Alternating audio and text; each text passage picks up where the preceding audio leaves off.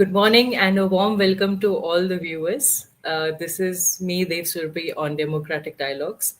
And today I have with me a very special guest, Advocate Santosh Paul, who is a senior advocate from the Supreme Court.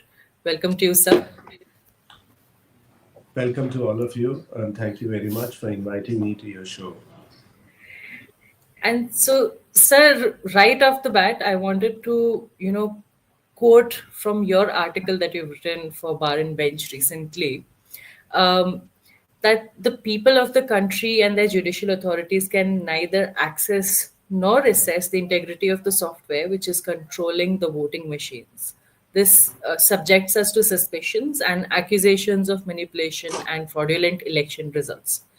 So, in light of this, what is so shrouded in mystery about EVMs? Constitutionally speaking, why is verifiability so important for impartial elections and ultimately democracy? See, at the time of the framing of the Constitution, one of the illustrious members said that the elections should be like Caesar's wife above suspicion. See, in order to give legitimacy to an election, it is absolutely essential that it should be above suspicion. That was the reason why the people who made the Constitution, designed an election commission, designed a election system where there is neutrality, there is absence of political partisanship in the process of election. Because otherwise, constitution or constitutional democracy has no meaning unless the people can see for themselves that this is an election which is held impartially, where every shade of political opinion can contest for coming into administration and working with the people. So it is very important that the public should be able to examine every aspect of the election process, which unfortunately EVMs simply have failed to do. And given their design, given the technology, I don't think this is an answer for a democracy. Okay. So, building a little bit on this, the fact that, you were speaking about the structure of the EVM, the control unit, and, Yeah. the VVPAT junction, and how the software, you've also spoken about how much of a black box it is. So, can you speak a little to that fact? And again, how is that against democracy? See, EVM is based on a black box technology in the sense, fundamentally, we do not know how this is functioning. Everybody has a general notion that I press a button, it records a vote, and that vote ultimately gets counted. But the point is, no person is able to assess whether that EVM machine is rigged, which is a very important factor. When these matters were argued in court, we were on the last occasion, by then the Pegasus has already come into play.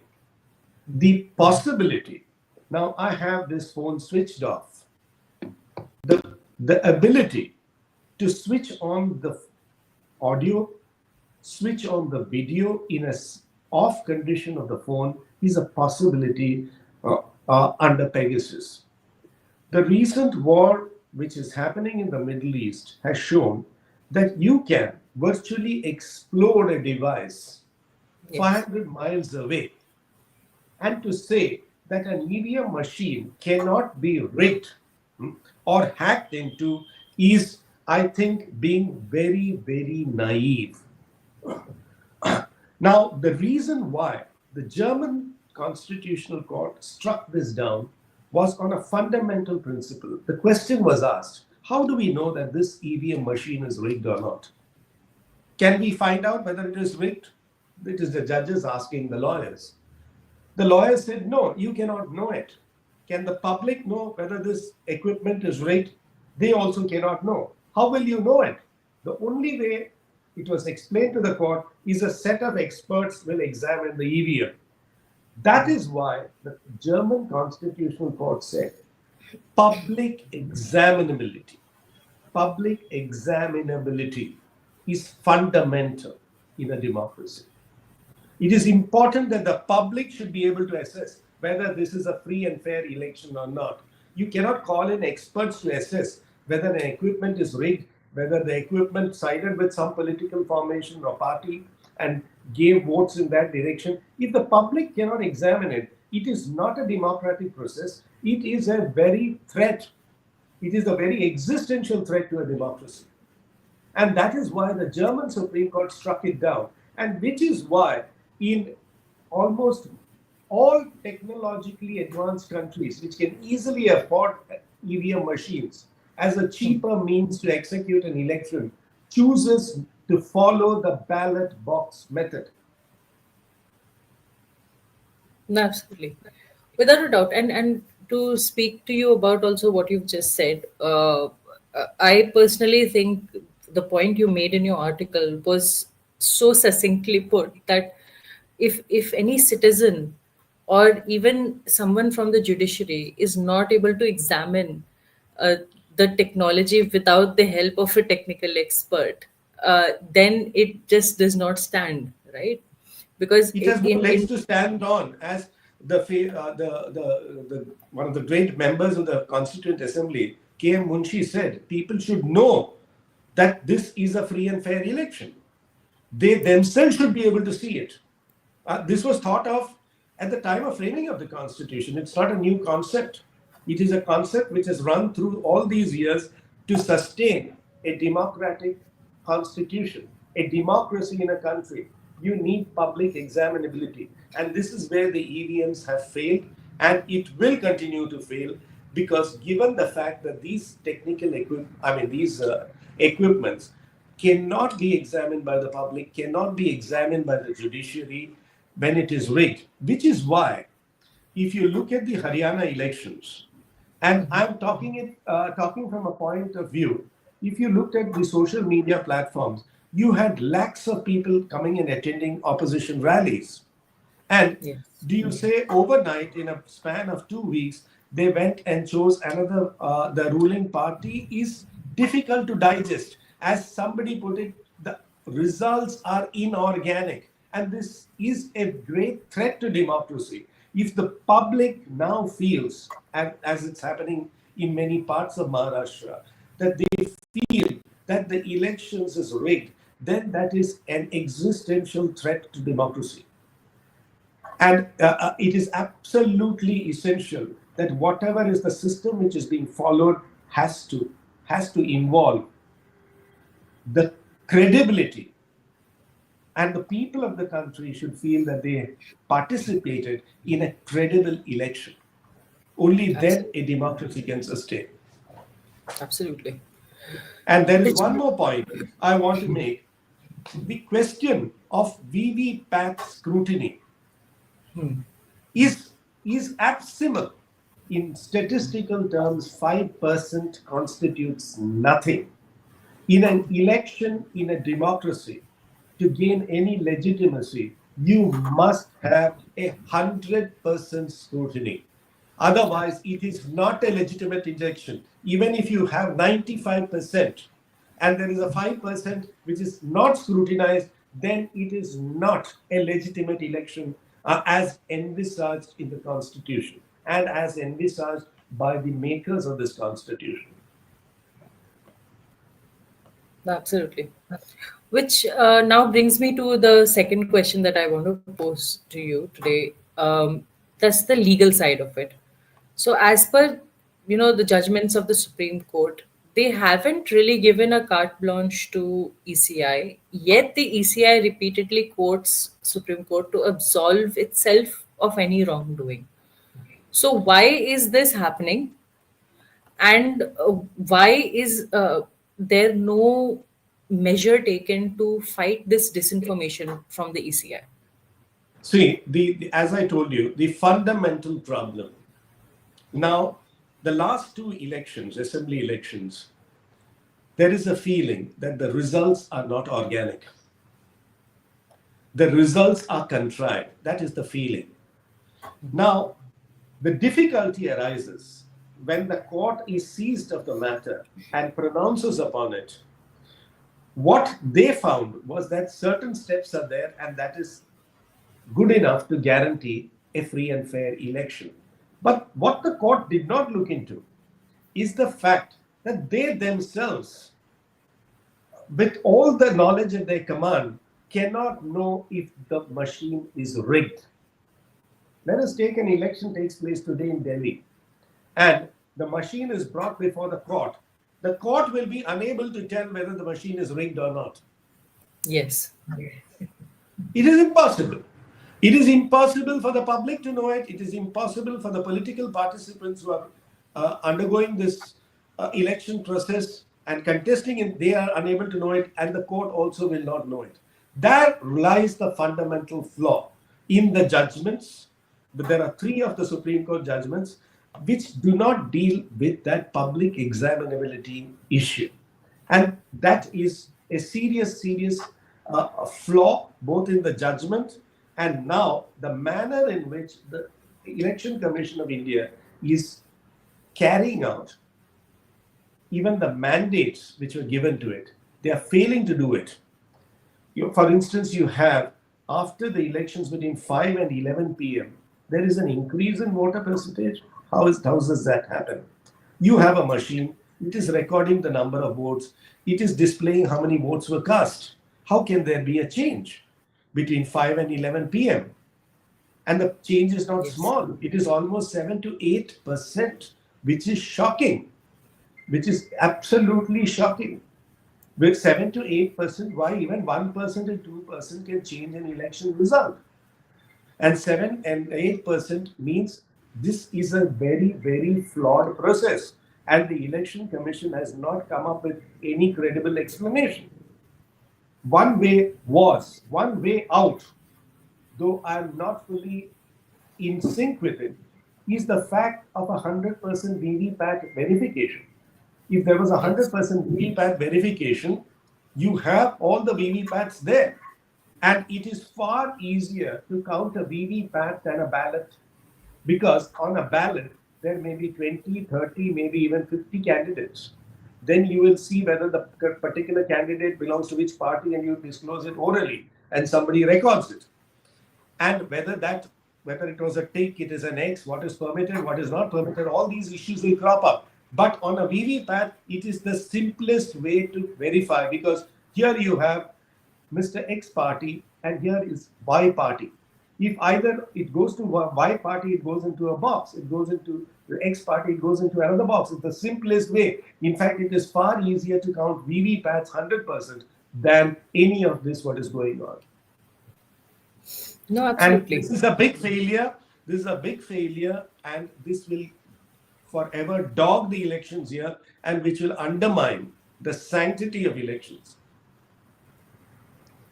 No, what is really surprising, sir, the Election Commission of India is obstinately stubborn. I mean, it's beyond stubborn about there being no amount of scrutiny from the public. It's not that civic society has not tried. It's not that the political parties have not tried. People have asked for there to be a demo, for there to be an open contest, in front of the media, that you show us how the machine works, and we will, demonstrate to you how what happens and everything. But the ECI is not ready to even, speak to civic society or speak to political parties. So it's a complete deadlock in a democracy, which is highly reprehensible, I would say. The election commission's conduct has been dismal, Yeah. to say the least. It is absolutely dismal. Not subjecting the election, the what do you call the EVMs to public scrutiny is a serious flaw. Two, Yes. not allowing or not having norms of 100% VVPAT checkup is again a very serious flaw. So, on every front, then you have a post voting increase in percentages, again, an extremely serious flaw. Then there are EVM machines having 99% charge when other EVMs have discharged 66 and they have only 66% battery. These are all extremely, I would say, distressing.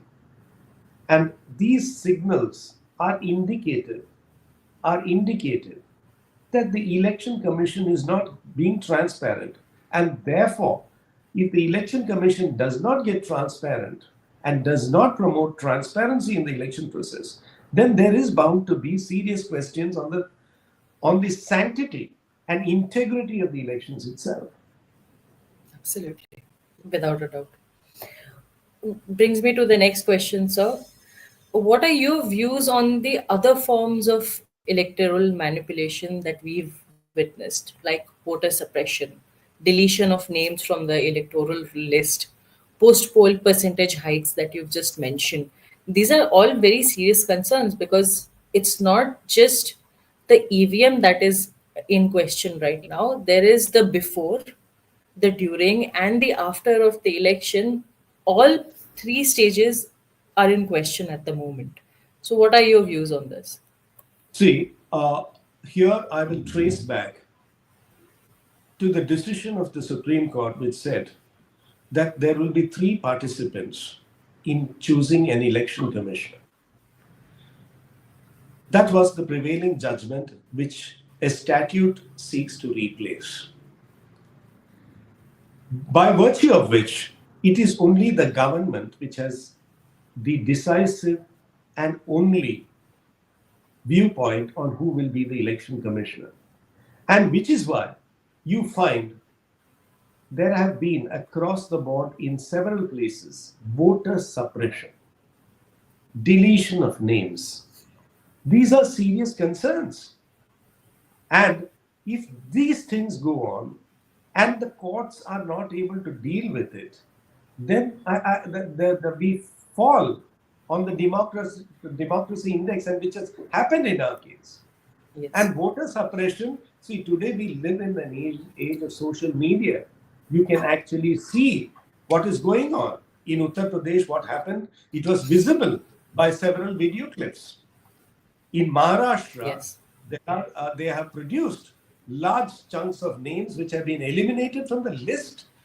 I mean, these are very, very serious concerns. And the ECI is not acting independently, and they have failed to give any sense of confidence amongst the people, both in the Haryana elections, Maharashtra elections, and the particular elections which went on in Uttar Pradesh. And a voter suppression, deletion of names from the list, if these cannot be addressed and redressed by the courts, then I think we are facing a serious crisis of confidence on the entire electoral process. Absolutely. I would like to add a question to this, whatever I asked you, that, Form 7C is being extremely misused by partisan vested interests to delete voters from the electoral list, especially those from the minority, whether it be the Muslims, the Christians, and other minorities. There is a concerted effort to take away the voting rights of the people. Now, in this scenario, for me, I've done my bachelor's in public administration. I know a little bit about the constitution.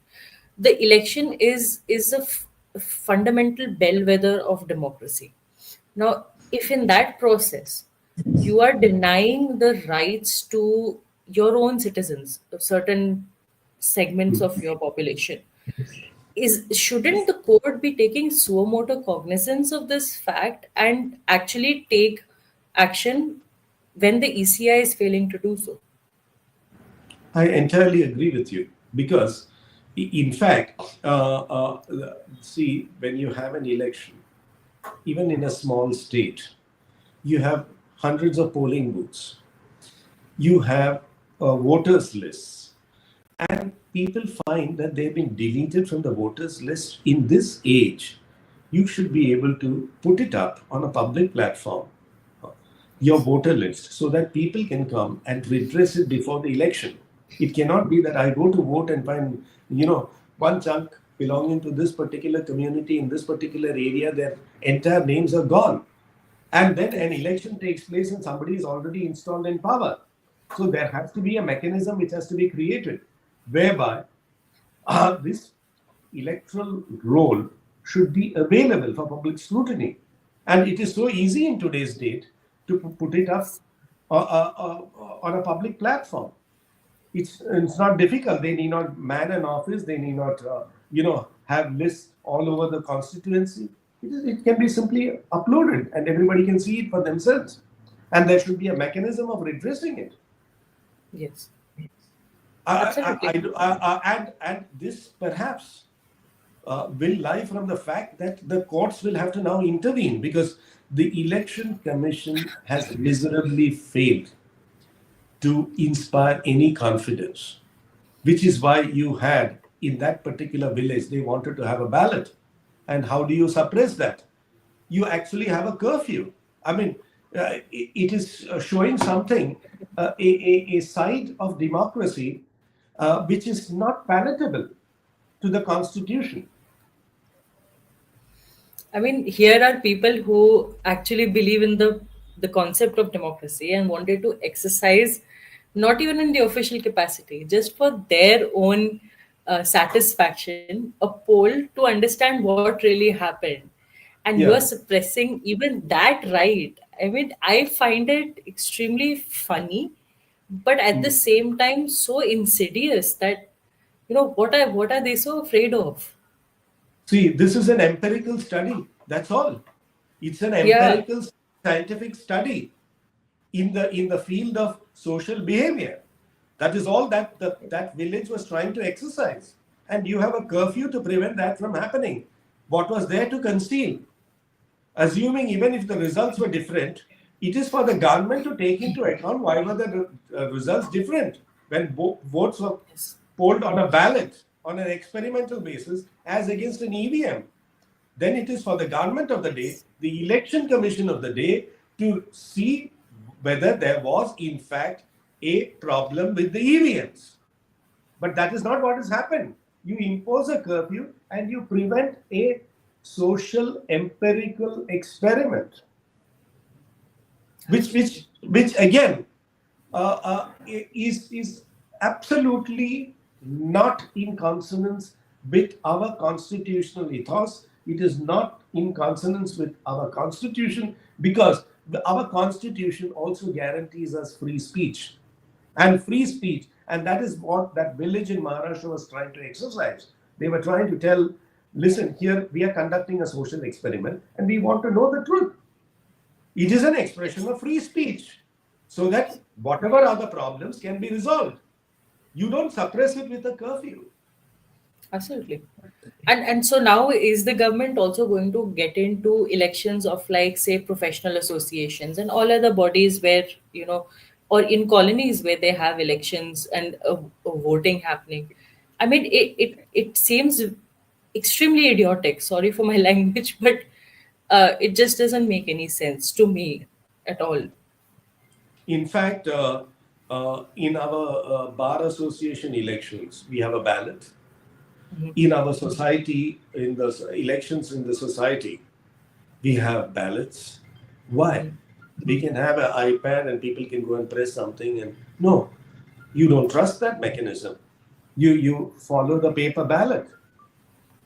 And if you are exercising paper ballot for want of confidence in bar association elections, in housing society elections, how is it that you allow an electronic voting on a national scale where so much is at stake and where it has been repeatedly told that public examinability is critical, and that is something which this system simply cannot work out. Absolutely. But brings me to the last question that I want to address with you. um, in the midst of whatever we've discussed, ultimately, what is the legal recourse to the stonewalling by ECI? Even the Supreme Court refuses to hear matters on EVMs now. So, where should the public go in this situation for a recourse? See, the Supreme Court not entertaining issues on EVM, in my opinion, is not correct. I consider this as a continuing mandamus. Mandamus means a direction of a court to a public authority to do X or Y in consonance with statutes or the Constitution. Now, that does not get over because one decision came in favor of the Election Commission of India. This is a continuing mandamus. It will continue to be a continuing mandamus. For instance, you have the courts monitoring the forests in India. Can it be, oh, we have decided it, now we don't have to be bothered about the forests? No, it is a continuous exercise. You will have to monitor it forever, that Yes. people are not encroaching into the forest, people are not causing environmental degradation, public policies do not, address issues like climate change. The courts have to continuously issue mandamus. The If the courts are refusing to do it, I think there is a serious flaw in the understanding of the nature of the problem. This will be a continuing mandamus. It has to be. Yes. It cannot be because technology is moving at such a pace. When the first petition before the EVM on the EVM issue was argued, Pegasus was not there. When the third matter was being argued, the third EVM matter came up before the Supreme Court, before the last general elections. The entire potential of hacking and manipulation via Pegasus was now open to the public. Yes. Then today, after the general elections, we see in Lebanon some devices can be exploded, which are Remotely. 300-400 miles away. They can be exploded by an electronic signal which is situated far, far away from the place where the equipment is lying. So these are, see, the technology is moving at such a pace to say that we will not look into it any further is simply not a tenable way of judicial scrutiny of elections. In my opinion, judicial scrutiny of elections is a continuing mandamus, it is a continuing cause of action, and it will have to, for ultimately get involved in this whole issue. And most important, we will have to decide on the question of the constitution of the election commission minus the chief justice of India minus the opposition leader. That is fundamental. In fact, the idea of an independent election commission was kept in mind by our constitution framers because impartial elections is the sine qua non of a democracy. That is why an Absolutely. independent public commission, and that is why the Supreme Court pronounced that you need the leader of the opposition, you need the chief justice in the selection process. If they two are eliminated, then there is a serious problem, which we are now actually encountering and witnessing election after election. That is a fundamental thing which has to be addressed and redressed. Absolutely. I mean, it's a basic principle of separation of powers. You cannot have the executive overly involved in, the formation or the appointment of officials in different independent institutions like the ECI. So that itself, I mean, uh, every aspect of democracy. I mean, I with this regime, I don't know what to say beyond a point. See, Every I'll give you an example. In the manufacture of the EVM machine, yeah. you have members of a political party, not one and two, four of them sitting in that board of directors. It is astounding that they sit there in the board of directors of a company which is manufacturing EVMs. There is a fundamental flaw here because you are directly interested in a certain outcome.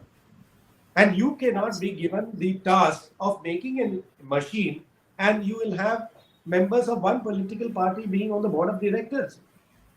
It is unheard of. I mean, it is fundamentally flawed. Absolutely. Also, just wanted to quickly address this aspect with you. To me, when I think about this and I'm looking at arguments from the ECI, on the one hand, they say that the pros of using EVMs is efficiency. All right, okay, we understand. But if you are taking the support of that reason of efficiency, on the other hand, you have the post poll percentage hike.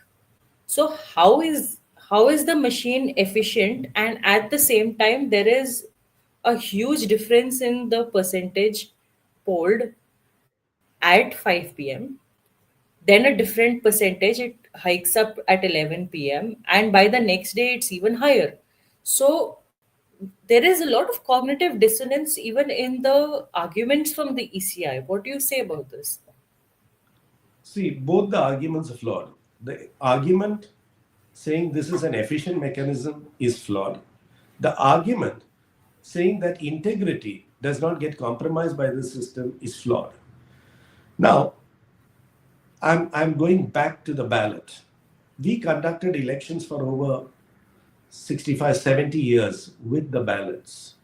Yes. What is so different today than when we conducted elections by ballots?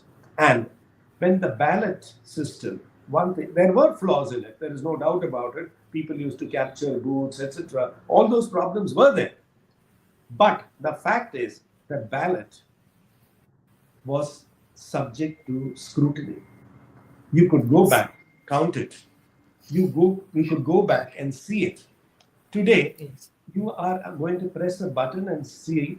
If you want to recount, you just go back and hit the buttons and find out who won. Once again, you don't know what's going on in that machine. Nobody can see it, nobody can feel it, nobody can hear it. Yes. And on an electronic signal, you will say, no, this person won. So, in terms of efficiency, there is no substitute for a ballot, because the ballot ensures one thing, that we can go back, we can revisit that issue and take a decision on it. It is Yes. subject to public accountability, it is subject to judicial scrutiny, which in this particular case, as the German Constitutional Court said, there is none of it here. Second is Absolutely. the integrity of the elections, which, as you say, if this is such a fantastic system, how is it that there is a discrepancy at 5 p.m. and then you find the poll percentages have increased right up to 7 and 8% in a matter of few hours? That means your systems are certainly not efficient either. So on both counts, you have failed. So the argument of the ECI, it is efficient, it ensures integrity, have been demonstrated to be false. Absolutely. Without a moment of doubt. I mean, I when I saw the results in the Maharashtra elections, and even Dr. Parakala Prabhakar and several others pointed it out. How can you add? How have 76 lakh people ended up voting in a span of five You to are 6 hours? shocking. It's humanly impossible. In fact, Mr. Parkala had even demonstrated how much time it takes to vote. And even if Yes, you go by that, it just doesn't make mathematical sense in what you're trying to tell the public. So that the absolutely. fact that the opposition parties are now demanding that it has to be by the ballot is absolutely legitimate. It is a legitimate demand, and it is a demand in consonance with the constitution of this country. Absolutely, without a doubt.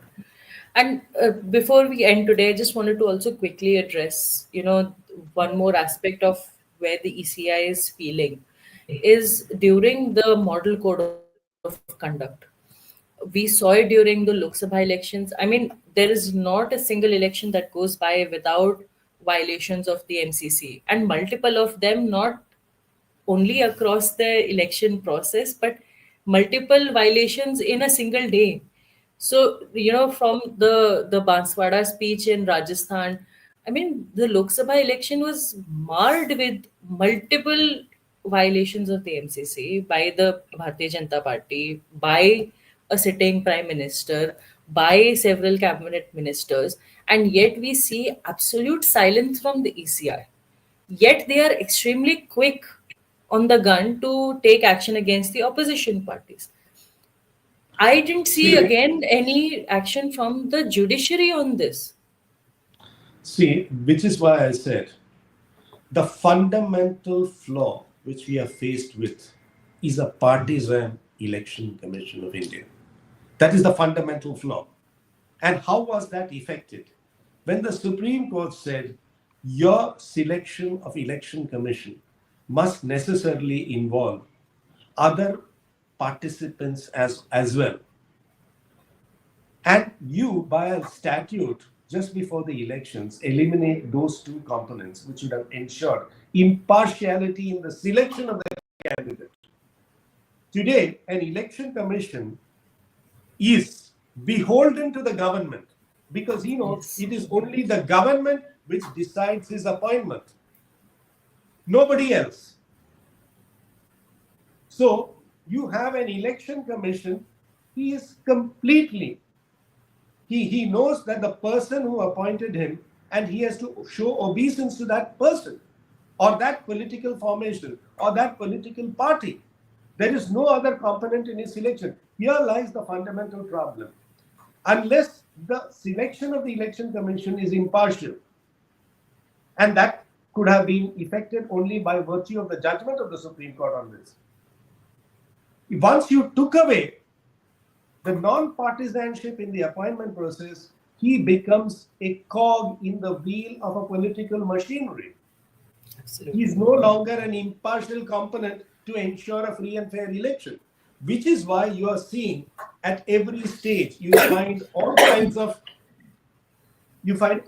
of problems which you just now described, which Yes. if he knew that he is subject to appointment, he is subject to control by another body and not the political formation in power, then the issues which you raise right now would have been controlled or redressed in some manner or the other. But here, nothing of that sort happens. But sir, isn't the judiciary also failing in this respect? No, the matter is before the court. This act is under challenge, and it is coming up probably in a week or two after the reopening in January. So the constitutionality of the act will once again be subject of scrutiny, and we hope and pray that the court understands the full manifestation of this problem because it is undermining But democracy in a big way, as you illustrated absolutely. time and time again. Yeah, I mean, but also, sir, Rajiv Kumar, uh, Mm. this one of the CECs, he was appointed using the older methodology where the CGI was part of the decision making process. The two other CECs are via the new process where there are two. I mean, two people from the executive, the prime minister and one cabinet minister. So, but yet you see Rajiv Kumar, behaving in the way that he does. What does it speak about the you know the involvement of the previous CGI who was part of that process of bringing the CEC into position? See, I'll tell you. See, human conduct, of course, as you rightly say, a person of integrity huh, should follow the course of integrity right through his career. A person of a person who is determined to uphold the Constitution, if that is his nature, he should uphold the Constitution. But human behavior is often does not follow that pattern. It is often dictated by who is in power and who exercises some control over you, which is why you had a situation where one of the dissenting members of the election commission left. There is no reasons given, no explanations given. He left. Now, this the fact that the election commissioner has been appointed under the previous regime, but he did nothing thereafter, shows that it is all the more necessary to strengthen the control mechanism of ECI from, and it has to be shifted from the government to a larger body, a representative body, where government is not the sole or a manifestly determining component. Absolutely. And Absolutely. that is one way. But I remember when the argument on the NJSC was going on in the Supreme Court, the one of the judges, I remember him telling, you see, when you go looking for a groom for your daughter, you look into all the considerations. You look into the consideration of his income, his education, his background, his character, and his family, and everything. And yet things can go wrong, And this is one such case, as I see it. Yes. But the solution, as I still say, is that this appointment process must be shifted. That is one very integral component which requires to be looked into and, in my opinion, incorporated. Otherwise, you will have this problem time and time again. Absolutely. And there should be also post-retirement, putting him in here, putting him there. All these things also will have to go because these are all carrots for conduct, for deviant conduct. Absolutely. There has to be an enforceable cooling off period for everybody in the judiciary, in all other institutions. There has to be a mandatory cool off period, and they cannot immediately go into a political party or contest elections. That is, otherwise everybody is working for favors. Where is then democracy Absolutely, going to be absolutely, protected? and we have very so many instances in the judiciary, which is now you find people talking in a manner which they shouldn't be. Yeah, It is Mr. not at all Gogoi is an healthy for example. a constitutional democracy to be talking in those terms. But if the Yes. conduct of some of the members of the judiciary in accepting post-retirement, offices happens, then it is unfortunate that they will forever be judged for what they wrote by the Absolutely. office they are occupying today. That is the tragedy, and that's a tragedy for a democracy, in my opinion. I couldn't agree more. I think somewhere in my mind, I'm expecting any day to hear news about. I'm sorry to say, but the past CGI, Mr. Chandrachud. I would not be surprised to hear him becoming part of this regime or their party or getting a position. Almost expecting it. Almost expecting it. See, that very thought in your mind or in the mind of the public is, I think, it's a sad day for our constitutional democracy, which in my opinion did so outstandingly well. You see, if you look at the entire political development in the post-colonial regimes which came in and post-colonial constitutions, every constitution was destroyed or torn to shreds. And here we stood by this constitution. And we will stand by this constitution only if people of integrity man the institutions formed Absolutely. by this constitution. It will all forever be determined by the people who manage and Absolutely. by their conduct. Dr. B.R. Ambedkar's words. When Yes, you say this, it reminds he me of his words. in fact, wherever I go, I say one thing. Dr. Ambedkar's last speech in November to the Constituent Assembly should be a text for any course that you do in any field.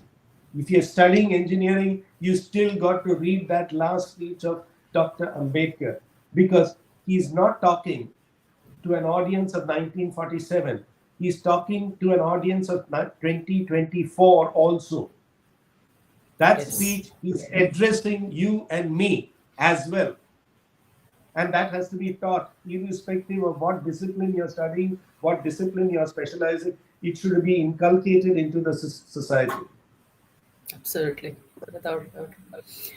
Thank you so much, Mr. Advocate Paul, for joining us and sharing your take on the EVMs and a whole lot more that we have discussed today. And it's been an absolute honor and pleasure to have you with us. Thank you so much for inviting me, and I wish you all the very best, and the audience all the very best. And let's hope and pray we are able to continue this long innings of our Constitution, which has survived for 70, is not survived, thrived to a great extent in these 75 years when we saw constitutions across the globe in the post colonial world collapsing one after the other. So I hope and pray that your programs enlighten the people of India and also the policymakers in all Thank forms you. of government. Thank you so much. All Thank the you very so best. much. Thank you. And to all the viewers who watched this segment today, please do show your support to the channel by liking, commenting, and sharing with like minded people who would love to hear about what we've discussed today. Your support means a lot to me, and it will go a long way in spreading conversations that really matter for our democracy. We are a fledgling, small channel right now, but your support will make us grow. So I hope you will show your support by subscribing to the channel, and do tune in whenever we go live next for more such conversations. Thank you so much. Thank you very much.